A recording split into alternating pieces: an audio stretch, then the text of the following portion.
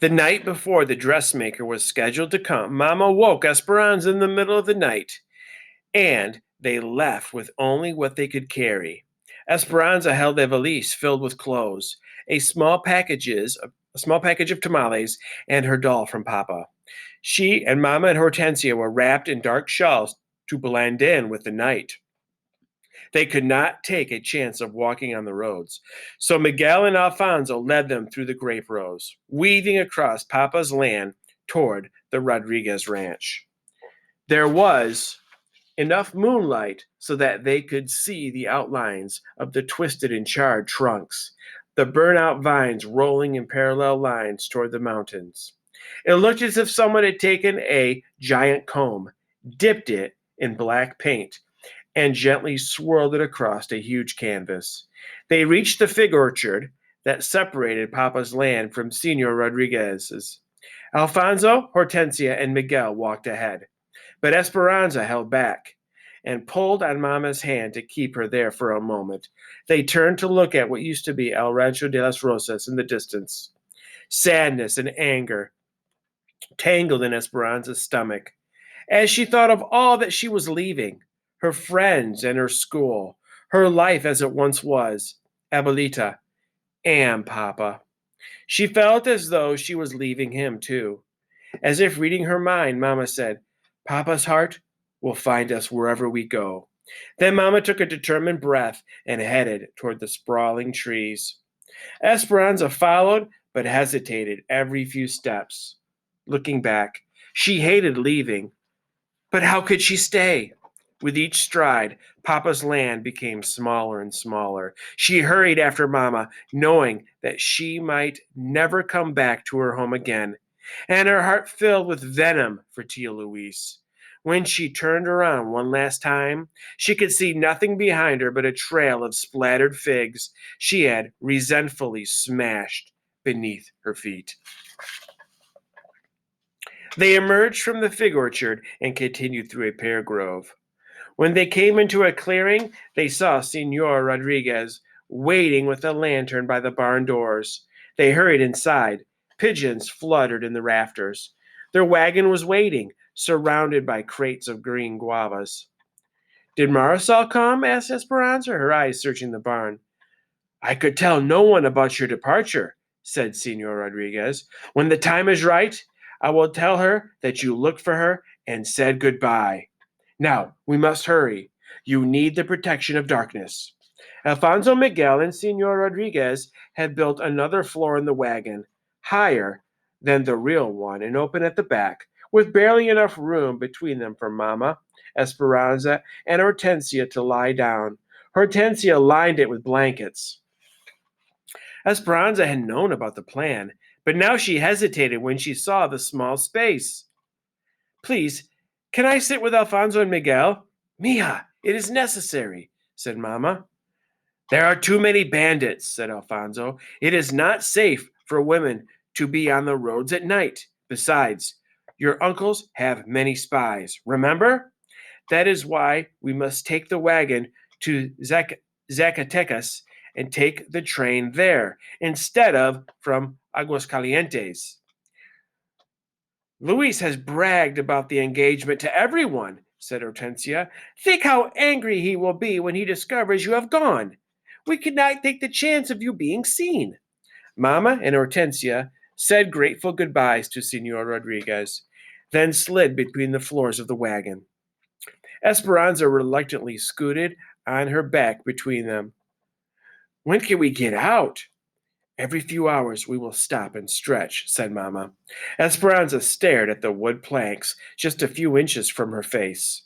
She could hear Alfonso, Miguel, and Senor Rodriguez dumping crate after crate of guavas onto the floor above them, the almost ripe fruit rolling and tumbling as it was piled on. The guavas smelled fresh and sweet, like pears and oranges all in one. Then she felt the guavas roll in around her feet as Alfonso and Miguel covered the opening.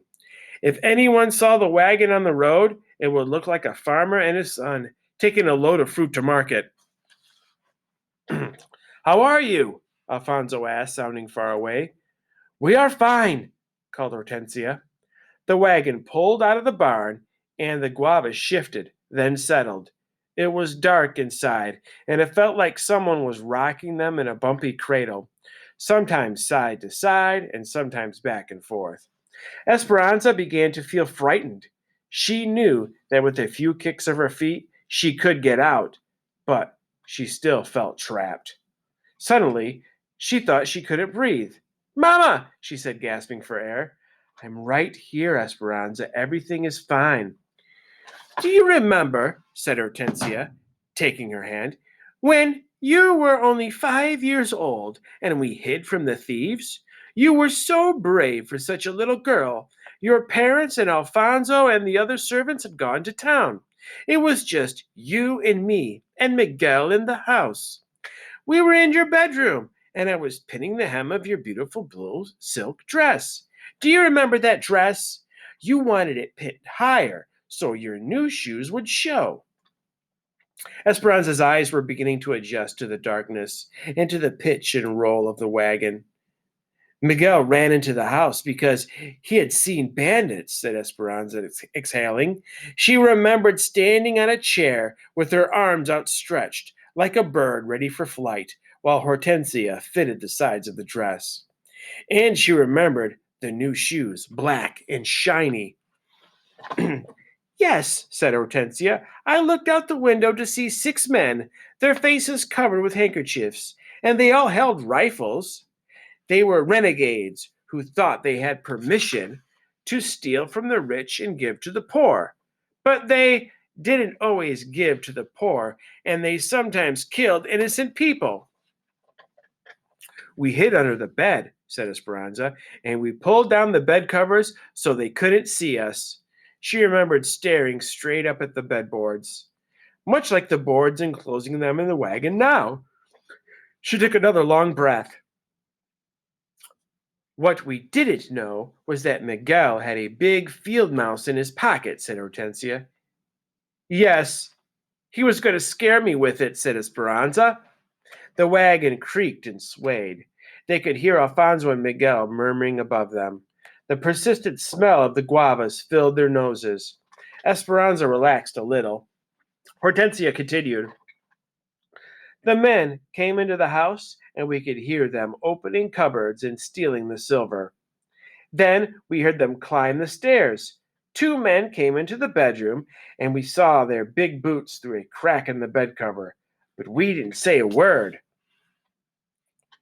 unless a pin poked me and I moved my leg and made a noise. I was so frightened they would find us," said Hortensia. "But Miguel pushed the mouse out from under the bed and it ran around the room.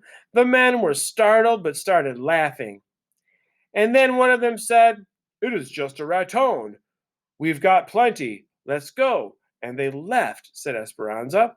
"Mama said, 'They took almost all of the silver, but Papa and I only cared that all of you were safe.' Do you remember how Papa said that Miguel was very smart and brave, and asked him what he wanted for protecting you, his most prized possession?" Esperanza remembered. Miguel wanted to go on a train ride. Hortensia started to hum softly, and Mama held Esperanza's hand.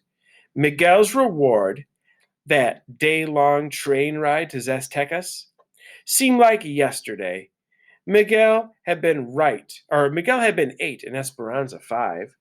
She wore the beautiful blue silk dress and could still see Miguel standing at the station, wearing a bow tie and practically shining, as if Hortensia had cleaned and starched his entire body. Even his hair was slicked down smooth, and his eyes gleamed with excitement. He was mesmerized by the locomotive, watching it slowly pull in. Esperanza had been excited too. When the train arrived, all sputtering and blustery, porters had arrived to escort them, showing them the way to their car. Papa took her hand and Miguel's, and they boarded, waving goodbye to Alfonso and Hortensia. The compartment had seats of soft leather, and she and Miguel had bounced happily upon them. Later, they ate in the dining car at little tables covered in white linens and set with silver and crystal. When the waiter came and asked if there was anything he could bring them, Esperanza said, "Yes, please bring lunch now." The men and women dressed in their hats and fancy clothes smiled and chuckled at what must have looked like a doting father and two privileged children. When they arrived at Zacatecas, a woman wrapped in a colorful rebzo, a blanket shawl, boarded the train selling mangoes on a stick. The mangoes were peeled and carved to look like exotic flowers. Papa bought one for each of them. On the return ride, she and Miguel, with their noses pressed against the window and their hands still sticky from the fresh mango, had waved to every person they saw. The wagon jostled them now as it hit a hole in the road. Esperanza wished she could get to Zestecas as fast as she had that day on the train, instead of traveling on back roads, hidden in a slow wagon. But this time, she was buried beneath a mountain of guavas and could not wave to anyone. There was no comfort, and there was no papa.